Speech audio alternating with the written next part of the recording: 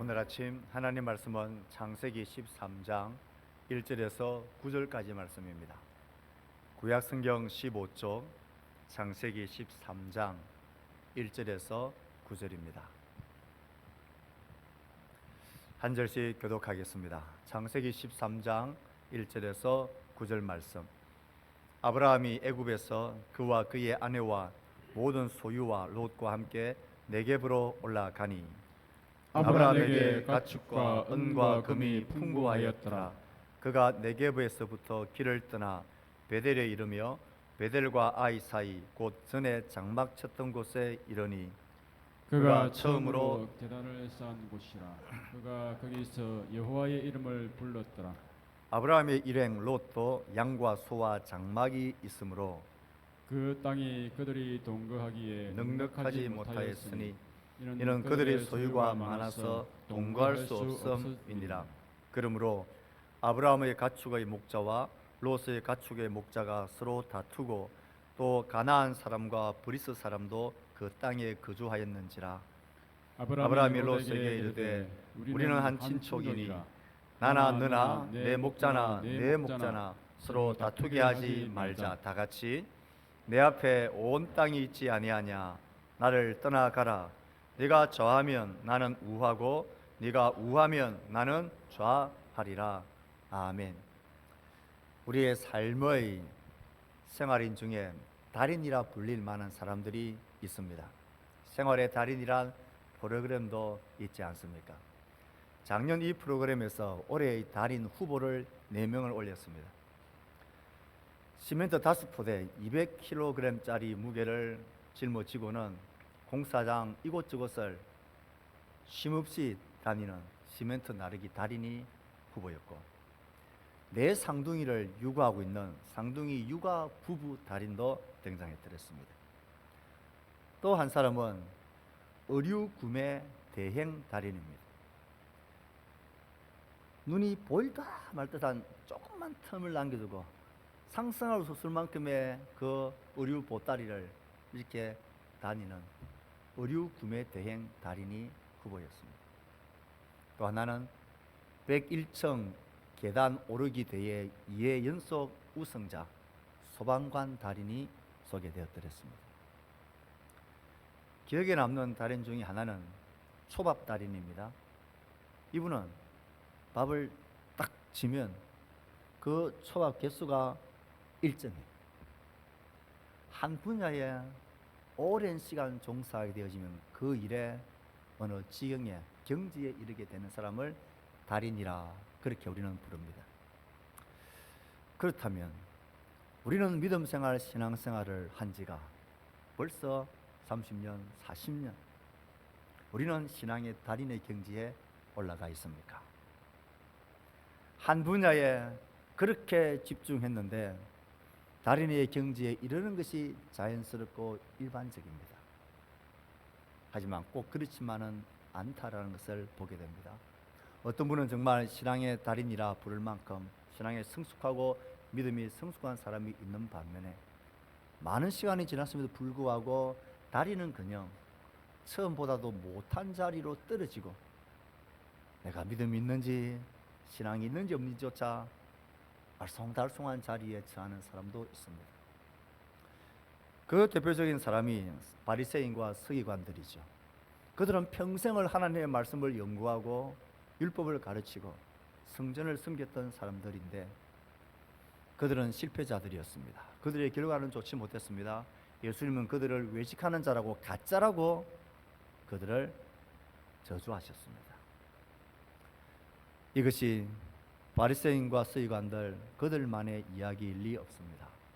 혹 우리 모습은 아닙니까? 어떻게 해서 우리의 믿음의 성장들, 신앙의 성장을 도모하고 이룰 수 있을까요?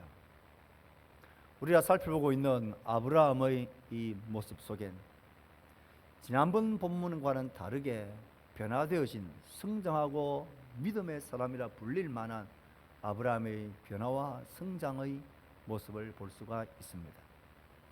오늘 우리가 읽었던 이 13장의 말씀은 앞선 12장에서 심한 기근을 만나 곡식을 찾아 애굽으로 피해갔던, 그리고 그곳에서 만났던 아내를 빼앗기는 말로 닿을 수 없는 그 어려운 위기 속에서 그가 하나님의 특별한 도움으로 그 모든 것을 벗어나서 다시 가나안 땅으로 돌아온 그 이후의 사건과 말씀입니다. 애굽에서의 그 사건은 그 결과로 아브라함에게 대단한 변화를 가져오게 했습니다. 가장 큰 변화는 심한 기근 속에 힘들었던 그 삶의 문제들이 단번에 해결이 되어져 버립니다. 1절 2절 말씀을 우리 같이 한번 읽어볼까요?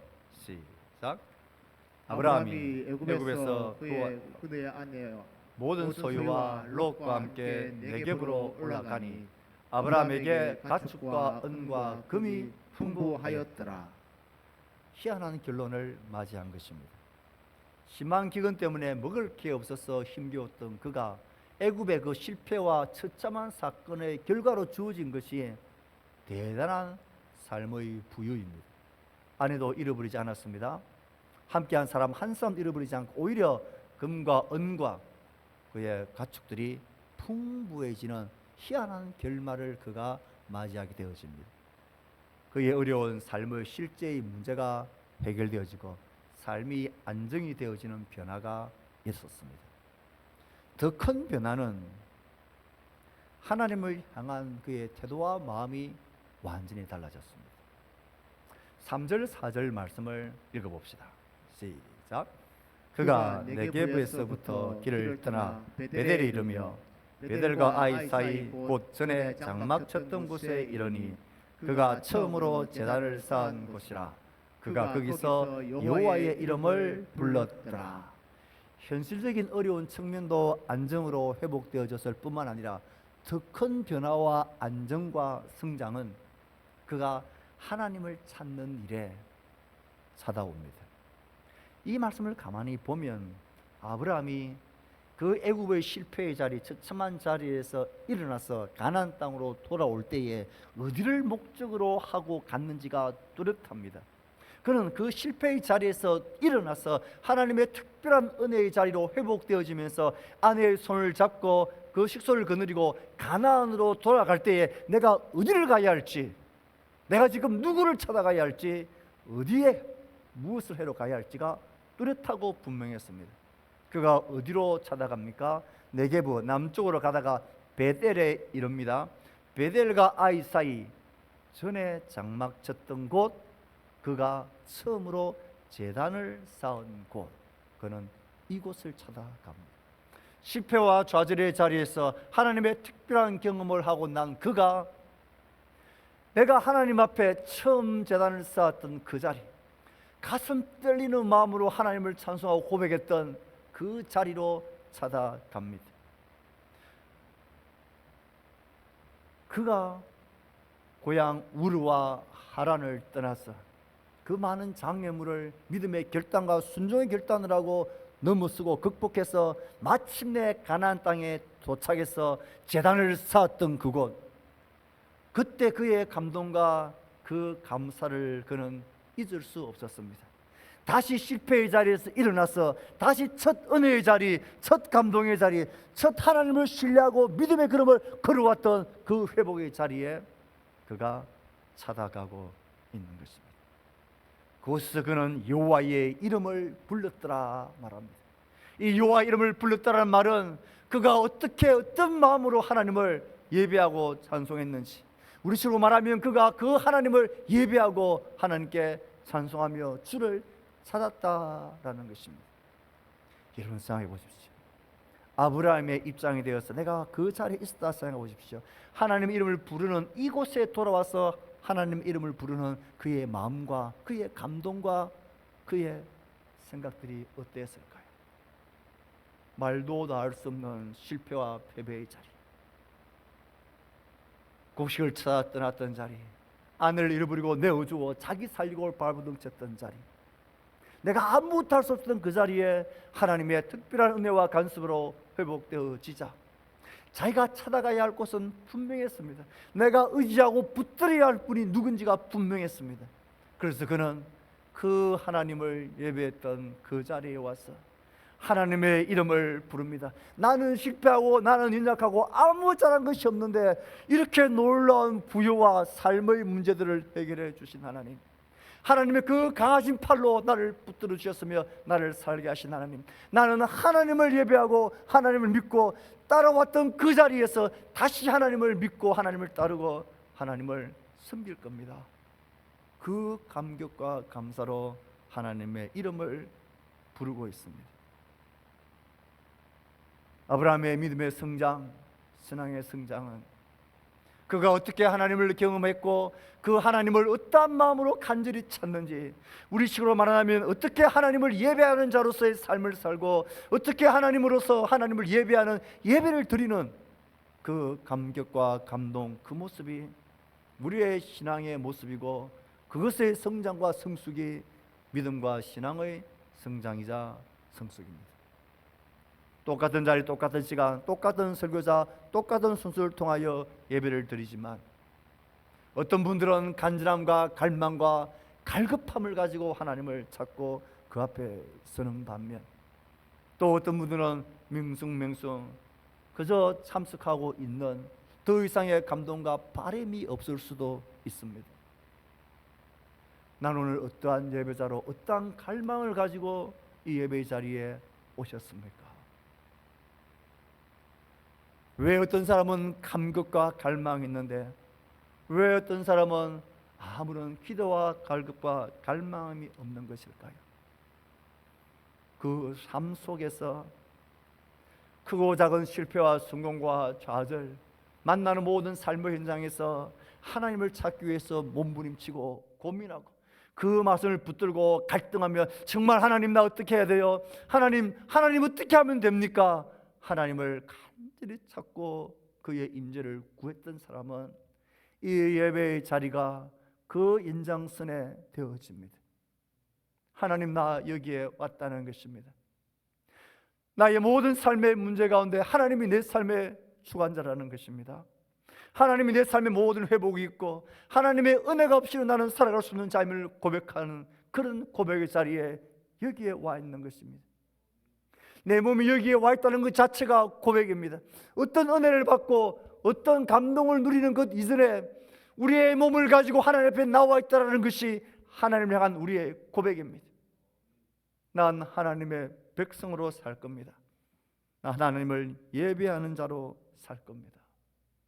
나의 일상의 삶의 현장에서 하나님과 동행하고 싶어하는 그 몸부림을 가지고 주의 임재를 갈망했다면 오늘 주일 공동체 예배의 자리는 그 하나님을 향한 갈급함으로 가득 차 있을 것입니다.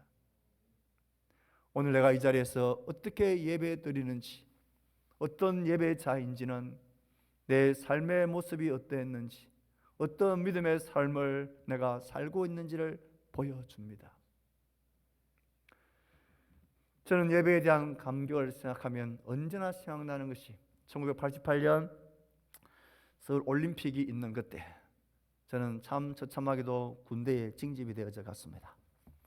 5월달에 군입대를 해서 5월, 6월, 7월 이 땡볕을 훈련을 받으면서 박박 굴렀습니다. 논산훈련소에서 훈련을 받고 있는데 그 훈련을 받는 중에 첫 교회를 방문하게 되어진 그때를 잊을 수가 없습니다. 논산에는 연무대 교회란 제법 큰 교회당이 있습니다. 어느 주일날 아침에 첫 예배를 드리고 싶은 마음의 갈망과 그 힘겨운 훈련 가운데 어떻게 내가 견뎌내냐 이런 마음, 두려운 마음이 있을 때 주일 아침에 환자 집합 그러잖아요. 절에 가는 불교 환자들, 교회 갈 기독교 환자들, 환자 집합. 왜 환자를 했는지 모르겠어요. 그때는 그랬습니다. 환자 집합 그럽니다. 그럼 종교 환자들이 모여서 줄을 지어 절로, 성당으로, 저는 예배당으로 줄 지어 갑니다. 생각해 보십시오. 훈련받는 동안 너무 긴장해가지고 일주일 동안 변을 보지 못했던 그 바싹 마르고 새카만 사람, 그 초췌한 몰골로 그 동료들과 함께 그 연무대 교회 예배당을 탁 들어가는데 이미 밑에는 꽉 잡고 중 2층이었던 것 같습니다. 문을 팍 열고 들어가는데 그 예배당에 들어서는 순간 이유 모를 눈물이 그렇게 통곡처럼 쏟아지더라고요. 내가 하나님을 예배한 이 자리에 와 있다는 이것이 얼마나 감동적이든지, 마치 하나님이 그 팔을 벌려서 확 안아주는 것 같아요. 구름 위를 걷는 그런 포근함과 평안과 안위와 위로와 그런 새로운 은혜가 그냥 있더라고요. 우리의 삶에 힘겨운 여정들, 삶의 어려운 순간, 크고 작은 행동들과 일들과 어려움 자리에 우리가 하나님을 갈망하는, 하나님을 정말 갈급해하는 그 마음으로 살아갈 때 그것이 우리의 예배의 자리가 될 거고, 그런 마음의 연장선으로 함께 모여 우리가 하나님을 예배한 이 자리가, 이 시간이 얼마나 우리 가운데 귀하고 감동적입니까? 나의 믿음이 어느 정도 수준이냐? 매주일마다 내가 이 예배 자리에 있을 때에 어떤 수준만큼의 감동과 뜨거움과 갈급함으로 하나님 앞에 와 있는가? 예배의 모든 순서 하나하나에 어떤 마음으로 찬양하고, 어떤 마음으로 드리고, 어떤 마음으로 결심하고, 어떤 마음으로 하나님의 말씀을 내가 듣고 있느냐? 이것이 우리의 믿음의 자리입니다. 또 그 예배를 통하여 예배자로서의 삶을 향한 몸부림을 통할 때에 하나님의 임재를 경험하게 되어지고, 우리의 믿음과 우리의 신앙은 성숙하고 자라게 되어져 있습니다.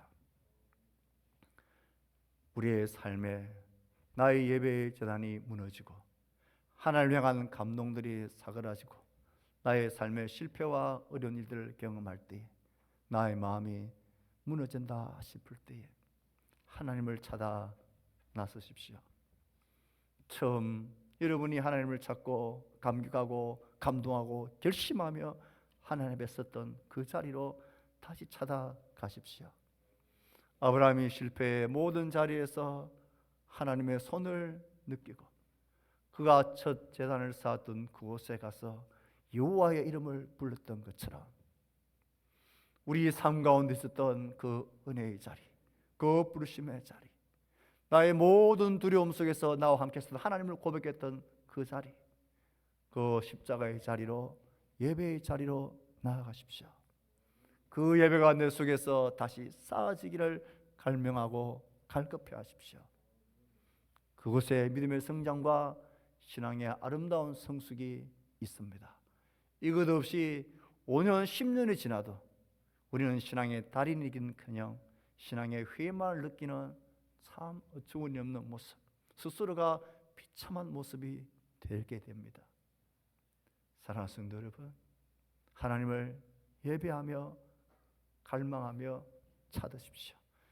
하나님이 그 예배 자리에서 우리를 만나주시고 우리의 믿음과 우리의 신앙을 자라게 주실 것입니다.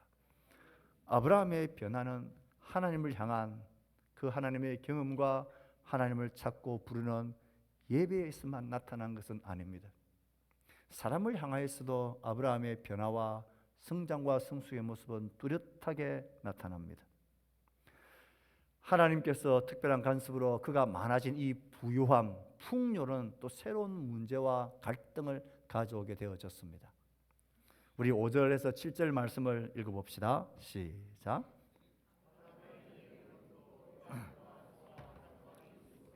그 땅이 그들이 동거하기에 넉넉하지 못하였으니 이는 그들의 소유가 많아서 동거할 수 없었음이니라. 그러므로 아브라함의 가축의 목자와 롯의 가축의 목자가 서로 다투고 또 가나안 사람과 브리스 사람도 그 땅에 거주하였는지라. 심한 기근의 문제 때문에 힘겨운 위기 속에 있었는데 이제는 정반대, 하나님 주신 부요와 풍요함이란 이 축복이 또 다른 갈등과 위기의 문제가 되어져 버렸습니다. 양과 소와 가축들이 많아도 너무 많아진 것입니다. 롯의 가축도 많아졌고 그 땅이 이 많은 가축들을 다 수용할 수 없어서 목자들이 서로 다투게 되어지는, 싸우게 되는 갈등이 생긴 겁니다. 참 아이러니하지만 이게 우리 인생의 모습입니다. 집이 고만고만하고 크게 가진 것 없고 고만고만하게 사는 가정은 별로 다투고 싸울 일도 없습니다. 형제 우애도 좋게 잘 지내다가 어느 날 갑자기 돈이 많아지면 부모님이 돌아가실 날이 점점 가까워져서 유산의 문제가 점점 커지게 되면 신경이 날카로워집니다. 보는 눈이 달라집니다. 분쟁하게 되고 싸우게 되다가 결국 원수지간이 되어져 버리는 경우도 허다합니다. 로또를 통해서 일확천금을 돈벼락을 맞은 사람들이 다 행복한 삶을 살까요? 천만의 말씀. 그렇게 우애가 좋았던 부부 사이도 돈이 들어오면 갈라지고 형제 사이도 갈라지고 이 풍요함이 다툼과 갈등의 문제를 가져오게 됩니다. 사람의 진짜 모습은 기근의 때, 힘겨울 때, 어려울 때도 나타나지만 내가 부유하고 평안할 때에 그리고 뭔가 이익이 계산이 딱 들어갈 어떤 결정적인 순간이 되어지면 그 사람의 본 모습이 본 수준이 드러나게 되는 것입니다. 지금 아브라함에겐 이런 갈등의 문제가 대두했습니다. 큰 풍요와 부유 앞에 서로의 땅을 차지하고 풀을 먹이려고 하는 자기 자산을 불려고 하는 이것 때문에 갈등이 생긴 것입니다. 손해를 볼 수 없다는 문제 때문에 목자들이 서로 싸운 것이에요. 이 문제 앞에 아브라함은 어떻게 대처하고 어떤 모습을 보입니까? 8절 9절 말씀입니다. 시작. 나나 너나 내 목자나 내 목자나 서로 다투게 하지 말자. 내 앞에 온 땅이 있지 아니하냐. 나를 떠나가라. 내가 좌하면 나는 우하고 내가 우하면 나는 좌하리라. 한마디로 말하면 우리가 서로 친척 아니냐. 싸우지 말자. 이 원칙이 정해지고 이 땅의 협소한 문제가 되니까 서로 더 넓은 땅을 떨어져서 우리가 살자. 아브라함은 사람에게 집중하고 그 관계에 집중할 뿐만 아니라 이 땅의 실제적인 이익의 문제 앞에서도 현실적인 고려를 하면서 이제 우리가 따로 흩어져서 살면 되지 않느냐. 이것 때문에 이곳에서 한정된 자리에서 싸우고 투쟁하고 서로 원수가 될 게 무엇 있냐 말을 합니다. 자, 아브라함 입장이라면 할 말이 많습니다. 야, 롯, 나는 네한테 아버지 같은 삼촌이지. 내가 너를 지금까지 이끌어왔지 않느냐?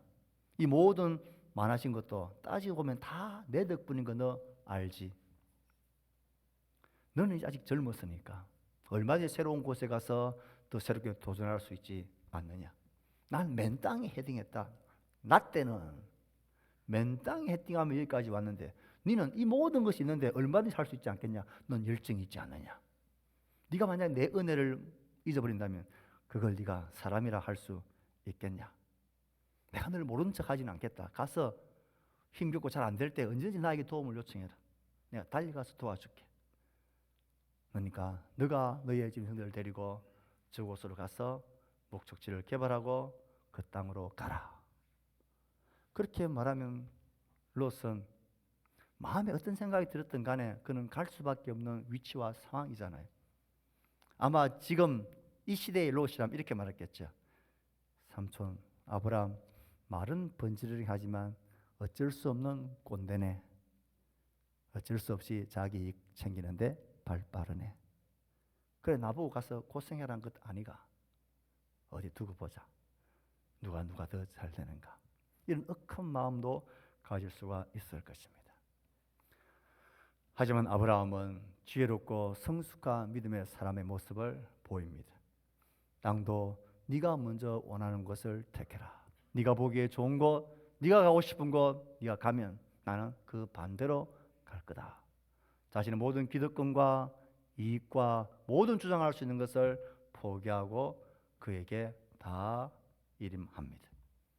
이 모습을 보면 아브라함이 달라졌죠. 달라져도 너무 달라졌죠. 애굽에서 그는 어땠습니까? 심한 기근을 만났을 때 그의 눈에 보이는 것은 곡식이 있는 땅. 저 애굽이라는 곳에 가면 그 땅엔 곡식이 있다.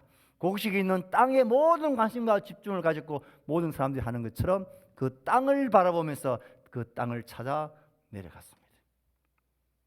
자신의 목숨이 위협해질, 자신의 이익과 신변의 위협이 올상 싶으면 자신의 가장 가까운 아내를 내 아내라 하지 말고 누이라 해라.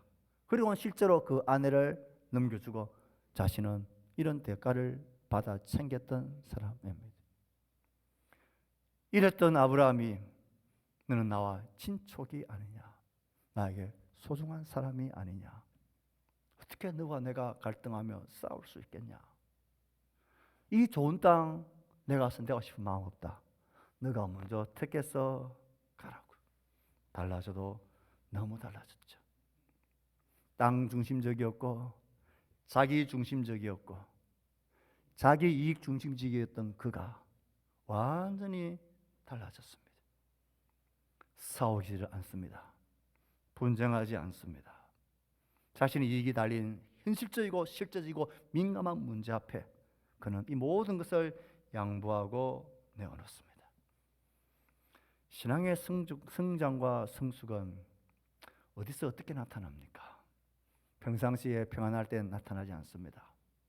그런데 뭔가 민감한 문제가 생겼을 때에, 뭔가 부딪힐 때에, 뭔가 불편한 일, 뭔가 계산이 있어야 될 문제가 있을 때에, 뭔가 자기의 주장과 자기의 자존심과 자기의 신변과 사람들의 인정과 평가가 나타나는 그런 기막힌 그런 민감한 문제에 딱 쓰면 그 사람이 드러납니다.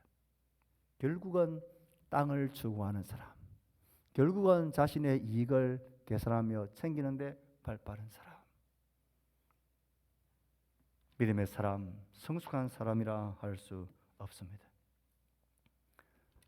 경쟁하고 다투고 싸우면서까지 나의 이익을 지켜내고 나의 주장을 관철해야 되겠다, 이건 미성숙하고 어린 자입니다. 여러분, 아이들을 보십시오. 애들 어릴 때는 오른손에 먹을 거 하나 쥐어주면 계속 웁니다. 어떻게 합니까? 왼손에도 하나 또 뭔가를 쥐어줘야 됩니다. 그래도 웁니다. 입에다가 뭔 걸 하나 넣어줘야 이 자식이 울지를 않습니다. 아이들이 장난감 가지고 노는 것을 보십시오. 지한테는 장난감을 2개, 3개 똑같은 거 있는데 그것 하나 친구한테 줘서 놀게 하는 것을 싫어합니다. 그것을 못 봅니다. 자기 중심적입니다. 이것이 아이들만의 모습이 아닙니다. 우리가 신앙생활 할 때에 성도와 서로 교제할 때도 얼마든지 보이는 일입니다. 고린도 교회는 받은 은사와 능력들이 참 많았습니다. 그런데 그것 가지고, 그 좋은 것을 가지고도 네가 낫니 내가 낫니 다투고 변경하고 싸웠습니다. 너의 은사가 더 나은지, 나의 은사가 더 나은지, 나를 교육했던 베드로가 더 나은지, 바울이 더 나은지, 이 모든 것들 가지고 경쟁하고 다투고 싸우는 것을 보고 바울은 나는 너희들을 영에 속한 사람이라고 도무지 부를 수 없다. 너희들이 어떤 은사와 어떤 능력과 어떤 신앙의 연륜이 있어도 이렇게까지 다투고 싸우고 분쟁한 것을 보니까 너희들은 여전히 육에 속한 사람, 어린 아이라고 그들 향하여 명령합니다. 사랑하는 성도 여러분, 이 세대의 젊은 세대, 30, 40 세대가 몸서리치게 싫어하는 것이 있습니다. 5060 그 윗세대의 기성세대의 그런 당연시 여기는 태도들, 너희들은 당연히 우리가 시키면 해야 된다는 태도들, 뭔가를 요구하고 지시하는 것이 당연하다고 생각하는 것들, 너희들은 당연히 그를 해야 한다라고 생각하는 것들, 결정적일 때에 자기 이익을 챙기기에 바쁜 사람들, 그리고 심지어 이런 일도 있습니다. 이 청년 아이는 교회 성도들이, 어른들이 다 그렇게 좋은데 수고하는 것을 아는데 식당에서 맛있는 음식과 반찬이 나오면 항상 자기 자식을 먼저 챙기는 거 보고 치를 떨려하는 청년들이 있습니다. 만나고 좋은 음식이 나올 때에 조금이라도 먼저 챙겨가고 다른 사람들 자기 이것을 하려고 하는, 저는 그것을 오해라고 생각합니다. 그 상황을 잘 몰랐기 때문에 아이가 그런 마음 가질 수 있었는데 그렇게 보여질 수 있다는 것입니다. 우리 앞선 세대는 우리의 말과 행동에 있어서 결정적일 때에 계산이 들어가는 문제 앞에서 그때 나의 믿음의 분량이 드러납니다. 저는 생각합니다. 만약 우리 교회에 식사를 했는데 반찬이 너무 맛있어. 국가찌개가 너무 맛있는 게 나와. 그래서 보니까 제법 좀 남았어. 어떻게 해야 합니까? 빨리 봉지를 내 것을 챙기는데 빠르면 그건 아직 어린아이인 거예요. 그런 말씀이 나왔으면 홀로 사시는 분들, 저 우리가 돌봐야 되고 챙겨줘야 될 분들, 그런 분들 먼저 챙기고 나는 그 하나도 안 가져가도 된다고요. 예를 들면 그와 같은 것입니다. 우리의 믿음의 성장과 신앙은 뭐 대단히 40일을 금식하고 철활하는 것에서 그 정체를 드러내는 게 아니라 우리의 민낯은 그런 삶의 부분에서 사람들 향하여 귀히 여기고 양보하고 내 이익을 챙기지 않는 것 속에서 드러납니다. 사랑하는 성도 여러분, 우리가 오늘 결론 삼아 우리 가운데 다짐해야 될 거 있습니다. 어떻게 아브라함은 이런 간절한 마음으로 첫 은혜의 자리에 돌아가 하나님의 이름을 그렇게 부를 수 있었을까? 어떻게 아브라함이 자기 중심적이고 땅 중심적이었던 그가 다른 사람들을 배려하고 소중하게 여기고 자신의 이익을 다 내어 양보하는 이런 사람으로 변화되었을까? 어떻게 이런 믿음의 성장과 성숙을 가져왔을까? 답은 하나밖에 없습니다. 그가 그의 삶의 실제에서 실패의 자리에서 때로는 성공의 자리에서 살아계신 하나님을 경험했기 때문입니다. 그 심각한 기근 속에서 자신이 한다고 해봤지만 점점 수렁텅이로 빠질 수밖에 없었던 그 문제 속에서 하나님의 역사와 하나님의 일하심을 느끼고 하나님을 경험하게 된 순간 그는 사람이 땅으로만 사는 게 아니구나, 사람이 내 것 먼저 책임다고 내가 사는 게 아니구나, 하나님이 이 모든 것을 공급하시고 하나님이 하실 수 있는 분이구나, 하나님이 그의 선한 능력으로 우리를 도와주실 수 있는 분이구나, 그 하나님을 믿는 여유와 믿음의 담대함이 생겼습니다. 그래서 그는 더 이상 자기 중심적이지도 않고 땅 중심적이지도 않을 수가 있었습니다. 오늘 이 땅을 살아간 우리의 삶 가운데도 우리의 생애의 삶의 실제에 크고 작은 문제들이 많이 있습니다. 그런 문제들 앞에 하나님 없는 사람들이 당연히 반응하고 생각하는 것처럼 고민 없이 아무 몸부림 없이 그냥 행동하지 마셔야 합니다. 그 작은 일에 있어서도 어떻게 하면 하나님이 원하시고 하나님이 기뻐하시고 하나님의 인도하심과 그의 은혜가 내 삶 가운데 있을 수 있을까? 하나님께 묻는 몸부림들을 치십시오. 그러면 내 삶 가운데 하나님을 경험하게 될 겁니다. 하나님의 임재가 내 삶을 살게 한다는 것을 알게 될 겁니다. 우리 청년 여러분, 우리 청소년 여러분, 여러분의 삶에 있어서 진짜 하나님이 경험되어지기를 갈망하십시오.